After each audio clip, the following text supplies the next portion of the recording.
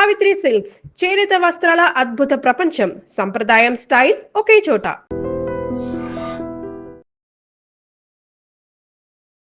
Welcome to I dream. నేను మీ భవ్య. ఇప్పుడు మన ముందు డాక్టర్ బాలకిషన్ ఆయుర్వేదిక్ డిపార్ట్మెంట్లో చాలా ఎక్స్పర్ట్ అనమాట. సార్ని అడిగి మన హెల్త్కి సంబంధించి డీటెయిల్స్ తెలుసుకుందాం. నమస్తే సార్, ఎలా ఉన్నారు? మీరు ఎలా ఉన్నారు? నేను బాగున్నాను సార్. మీకు మరి మీ ఛానల్ వారందరికీ నా యొక్క హృదయపూర్వక నమస్సుమాంజలు. Thank you sir. సార్, ఈ కడుపు ఉబ్బరం అనేది చిన్న వాళ్ళ నుంచి పెద్దవాళ్ళందరికీ కూడా ఒక సమస్య ఈ మధ్య కాలంలో చూసుకుంటే. ఎందుకంటే లైఫ్ స్టైల్ మారిన విషయం తెలిసిందే, ఫుడ్ తీసుకునే విధానం మారింది, టైమింగ్ మారింది, ఇవన్నీ మారటం వల్ల కడుపు ఉబ్బరం అనేది పెరిగిపోతుంది. సో అది కాస్త విపరీతమైన అల్సర్గా మారే ఛాన్స్ ఏమన్నా ఉంటుందా? మరి దానికి తగ్గటానికి ఆయుర్వేదిక్లో ఎటువంటి ట్రీట్మెంట్ తీసుకోవచ్చు అంటారు? కడుపు ఉబ్బరం సమస్యనే వైద్య పరిభాషలో గ్యాస్ ట్రబుల్ అని చెప్పేస్తారు. గ్యాస్ ట్రబుల్ అని ప్రతి వాళ్ళకి తెలుసు, అందరికీ నాకు గ్యాస్ ఉంది అని చెప్పేసి అంటూ ఉంటారు. ప్రతి వ్యక్తి అంటుంటారు. మేము చేస్తున్నటువంటి ఎగ్జామినేషన్లో ఒక 20 మందికి ఎగ్జామినేషన్ చేసినట్లయితే అందరూ నాకు గ్యాస్ ప్రాబ్లం ఉంది, ఎసిడిటీ ఉంది, గ్యాస్ ఉంది, ఎసిడిటీ ఉంది అని చెప్తూ ఉంటారు. కానీ 20 మందిని మేము ఎగ్జామినేషన్ చేసినట్లయితే ఒకరికి లేదా ఇద్దరికి మాత్రమే ఒరిజినల్గా గ్యాస్ ప్రాబ్లం ఉంటుంది. మిగతా వాళ్ళు ఎవరికి గ్యాస్ ప్రాబ్లం ఉంటుంది అని అపోహపడతారు. అంతే, ఉందేమో అని అపోహపడేసి రకరకాల మాత్రలు వాడేస్తుంటారు. వాళ్ళు లేకపోయినప్పటికీ ఏదో గోలి మింగేస్తుంది. తినే ముందు ఏదో ఒకటి వాళ్ళంతట వాళ్ళే సొంతంగా గ్యాస్ టాబ్లెట్ వేసేసుకోవడం వేసుకోకూడదు అనమాట. కానీ సార్, మరి అంటే ఎలా మనం వ్యత్యాసాన్ని ఎలా చూడొచ్చు అంటారు? అంటే నిజంగానే గ్యాస్ ఎలా ఉందని ఎలా తెలుస్తుంది? లేకపోతే ఉబ్బరంగా అనిపిస్తే అది ఖచ్చితంగా గ్యాస్ అని అనుకుంటారు, నిజమా కాదా ఎలా తెలుసుకోవచ్చు? ఇక్కడ గ్యాస్ ప్రాబ్లం అంటే 2 పరిభాషలు ఉన్నాయి. ఇక్కడ ఒకటి గ్యాసెస్ అంటే అపాన వాయువులు వెళ్ళిపోవడం అనమాట. అపాన వాయువులు ఇప్పుడు ఏదైతే మనకి బైక్ ఉంది లేదా ఒక జీప్ కార్ ఉంది, పైనుండి మనం ఫ్యూయల్ వేస్తూ ఉంటాం. లైక్ మనం ఆహారం తీసుకున్నట్టుగా ఫ్యూయల్ వేస్తాం, ఏదో ఒకటి పెట్రోల్ డీజిల్ ఏదో ఒకటి వేస్తుంది. సో సైలెన్సర్ పొగ్గొట్టు నుంచి పొగ వెళ్ళిపోతూ ఉంటుంది, విషవాయువులు వెళ్ళిపోతూ ఉంటాయి. దట్స్ కాల్డ్ ఐస్ అపాన వాయువులు. మనిషికి కూడా అలాగే ఇన్పుట్ అవుట్పుట్ అలాగే ఉంటుంది. ఎప్పుడైతే సైలెన్సర్లో ఏదైనా మనం పొగ రాకుండా ఏదైనా క్లోజ్ చేసామనుకోండి, పరిస్థితి ఏంటి? ఇంజన్ ఆఫ్ అవుతుంది, నడవదు, స్టార్ట్ అవ్వదు. అలాగే ఇక్కడ కూడా అపాన వాయువులు వెలువడనట్టయితే గ్యాస్ట్రైటిస్ సమస్య, కడుపు ఉబ్బర సమస్య తలెత్తవచ్చు. అలాగే అజీర్ణ సమస్యలు తలెత్తుతాయి, మలబద్ధక సమస్యలు తలెత్తుతుంటాయి. సో అపాన వాయువులని జనాలందరూ కూడా అపోహపడి గ్యాస్ ప్రాబ్లం అని చెప్పేసి అనుకుంటుంటారు. అది ఎంతవరకు వ్యత్యాసం అదే అనమాట. అది గ్యాసెస్ని అలా వచ్చే అపాన వాయువులు కింద నుండి గ్యాసెస్ వెళ్ళిపోతుంటాయి నిరంతరంగా. అప్పుడప్పుడు కొంతమందికి ఎక్కువ తక్కువ, అది డిఫరెంట్ కాబట్టి వెళ్ళిపోతుంటాయి. అలా వెళ్ళిపోయేవాడిని గ్యాస్ ప్రాబ్లం ఉంది నాకని చెప్పేసి అనుకుంటుంటారు. జనాలంతా అనుకునేది అక్కడే అనమాట. అంతే తప్ప ఒరిజినల్గా గ్యాస్ ప్రాబ్లం ఉండదు. గ్యాస్ ప్రాబ్లం ఉన్న వారికి ఏంటంటే కడుపు ఉబ్బరంగా బాగా టైట్గా ఉంటుంది, ఏ మాత్రం కదలలేక పరిస్థితి ఉంటుంది, ఆయాసంగా ఉంటుంది. ఈవెందో నీళ్లు తాగే అంత చోటు కూడా ఉన్నట్టు అనిపించదు. అది ఇలా ఇంకా కొంచెం ఏం తిన్నా సరే బయటికి వచ్చేస్తుంది అనే ఫీలింగ్, భయంగా ఉంటుంది, కడుపు అంతా టైట్ గా ఉంటుంది అనమాట. అది గ్యాస్ ట్రబుల్కి ఉన్నటువంటి కడుపు ఉబ్బరానికి ఉన్నటువంటి లక్షణం. సార్, మరి ఈ గ్యాస్ అంత ఉబ్బరంగా అన్ని సమస్యలతో ఉన్నటువంటి ఈ గ్యాస్ లక్షణాలు మనం చూసాము. సో దాన్ని ఇన్స్టెంట్ గా తగ్గించుకోవడానికి బయట మనం చూస్తున్నాం, ఈనో తాగుతారు, లేదా కొంతమంది డైరెక్ట్ గా గ్యాస్ టాబ్లెట్ వేసుకుంటారు, లేదా జెల్సిల్లనో లేకపోతే సిరప్ లో తాగేస్తూ ఉంటారు. సో అవి మాత్రమే రిలీఫ్ ఇస్తాయి అని కొంతమంది అంటారు, కొంతమందికి అవి కూడా రిలీఫ్ ఇవ్వవు.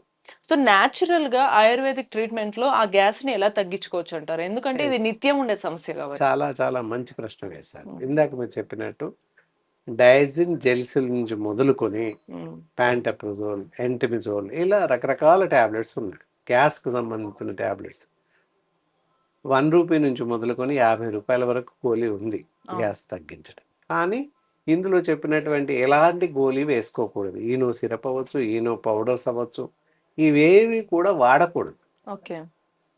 ఒక ఈనో అనే కాదు, ఈనో లాగా చాలా ఉన్నాయి. డైజిన్ టు ఎంట్రిజోల్ దాకా ట్యాబ్లెట్స్ ఇందాక చెప్పుకున్నాం.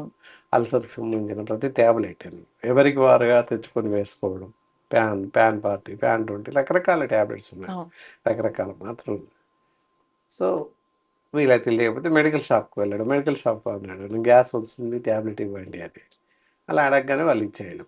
ఇలా రకరకాల ట్యాబ్లెట్స్ ఇందాక చెప్పినటువంటి ఈనో లాంటి పౌడర్స్ కానీ తాగుతూ ఉంటారు.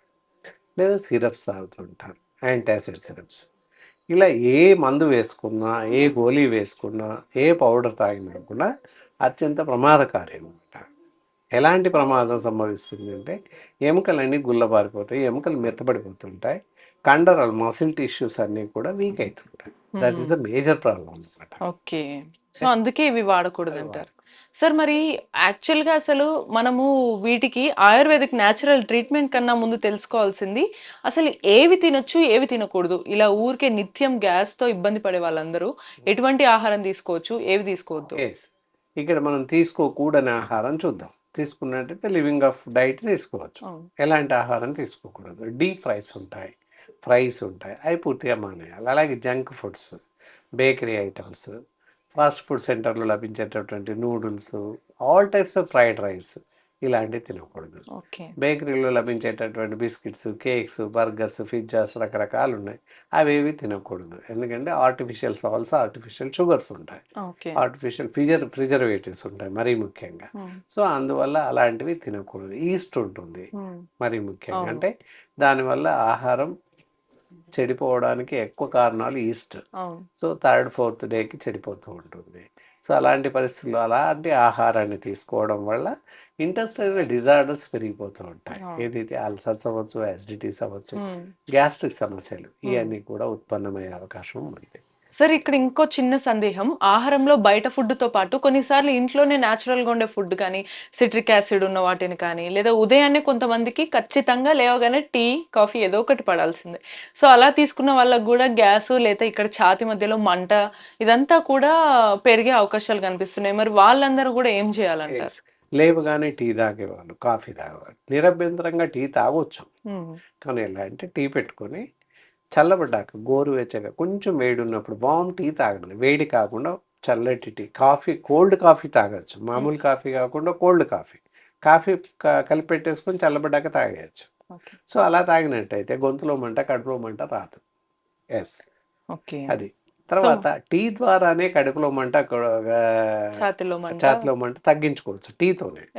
ఎలా అంటే ఇప్పుడు మామూలుగా టీ తీసుకుంటాం, టీ పౌడర్, టీ పెట్టేసి పాలు, టీ పౌడర్ అవన్నీ వేసేస్తాం, వాటర్ వేస్తాం, అందులో ఒక 1/2 టీ స్పూన్ వరకు బ్లాక్ పెప్పర్ పౌడర్ వేసేయాలి. వేసేసినట్టయితే కడుపు ఉబ్బరం కానీ, గొంతులో మంట కానీ అన్నీ తగ్గిపోతాయి. ఎలాంటి సమస్య ఉండదు. టీ అలాగే తాగేస్తాం, అందులో కాస్త పెప్పర్ పౌడర్ యాడ్ చేసినట్లయితే దెర్ ఆర్ నో రిస్ట్రిక్షన్స్. కడుపు ఉబ్బరం కానీ, గ్యాస్ట్రిక్ సమస్యలు ఉత్పన్నం కాకుండా ఉంటుంది. ఓకే సార్, కానీ పులుపు పదార్థాలు తిన్నప్పుడు కూడా కొంచెం గ్యాస్ట్రిక్ సమస్య కానీ లేకపోతే ఛాతిలో మంట కూడా పెరుగుతుంది కదా, మరి వాళ్ళు ఏం చేయాలంటే?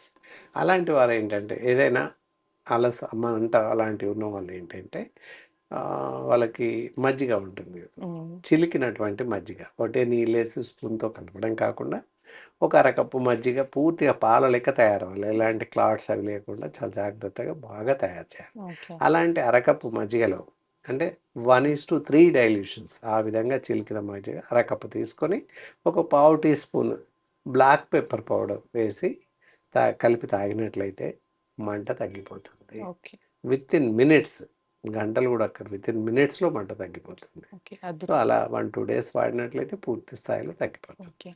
సరే, ఇప్పుడు ఇవన్నీ మనము ఆహార పదార్థాల ప్రకారం చూసాం. ఆయుర్వేదిక్లో ఈ గ్యాస్ట్రిక్ సమస్యకి ట్రీట్మెంట్ ఏం తీసుకుంటే బాగుంటుందంటారు? ఆయుర్వేదం వైద్యంలో వచ్చేసి అద్భుతమైనటువంటి వైద్య చికిత్సా పద్ధతులు ఉన్నాయి. అంటే దానికి కాను గ్యాస్ అండ్ ట్యాబ్లెట్స్ అని, డైజెక్స్ ట్యాబ్లెట్స్ అని, అగ్నితుండి వంటి ట్యాబ్లెట్స్, ఇలా రకరకాలుగా చాలా రకాల ట్యాబ్లెట్స్ ఉన్నాయి. అలాగే కుమారి అసవ, ఇలా కొన్ని ఉన్నాయి. ఏదైతే మనం పేషెంట్ వాళ్ళ యొక్క శరీర పరిస్థితి, నాడీ పరీక్ష చేసి వాళ్ళ శరీర తత్వాన్ని బట్టి వాళ్ళకి ఏ మందు సూట్ అవుతుంది, ఏ మందు సరిపోతుంది అనేది చూసి ఇవ్వడం జరుగుతుంది. మొత్తం పైన కడుపు ఉబ్బరం కానీ, కడుపు టైట్నెస్ అవ్వడం కానీ, గ్యాస్ట్రిక్ సమస్యలు ఉన్న వాళ్ళకి తప్పకుండా తగ్గడానికి మంచి మెడిసిన్స్ ఉన్నాయి. ఈ మందులు వాడి పూర్తిగా తగ్గించుకునే అవకాశం ఉంది. ఓకే. సో, మొత్తంగా మనం ఆహారం పరంగా ఎటువంటి జాగ్రత్తలు తీసుకోవాలి చెప్పారు. దాంతో పాటు అప్పటికి సమస్య తీరట్లేదు, వస్తే ఏం చేయాలి అనుకున్న వాళ్ళకి ఆయుర్వేదిక్ ట్రీట్మెంట్‌లో మంచి మెడిసిన్స్ కూడా ఉన్నాయనైతే సార్ చెప్పారు. మరి ఇటువంటి మరిన్ని ఇన్ఫర్మేషన్స్ కోసం keep watching I dream. Sir, one life lesson what medicine has taught you. whatever you can do without expecting. But I really believe మన పాజిటివ్ యాటిట్యూడ్ ఉంటేనే మనం ఏదైనా సాధించగలం. గట్ ని మనం కరెక్ట్ గా డీల్ చేసినట్లయితే అది మనకి పాజిటివ్ హార్మోన్స్ ని రిలీజ్ చేస్తుంది. షుగర్ వచ్చిన వాళ్ళ పరిస్థితి ఏంటి? పొట్ట దగ్గర పెరిగితే దాన్ని ఆండ్రాయిడ్ అంటారు, ఆండ్రాయిడ్ ఫోన్ కదా. అసలు థాట్స్ ఎందుకు వస్తాయి? బ్రెయిన్ డెడ్ అంటే దానికి ప్రపంచం అంతా కూడా కొన్ని నిర్దిష్టమైనటువంటి లక్షణాలు ఉంటాయి. మానసికంగా ధైర్యంగా ఉంటే క్యాన్సర్ జయించవచ్చు. You are a doctor for a cause sir, అంతే. వాళ్ళకి వచ్చిన ఆదాయం కాకుండా ఫ్రీ సర్వీస్ ఎంతమందికో చేస్తుంది.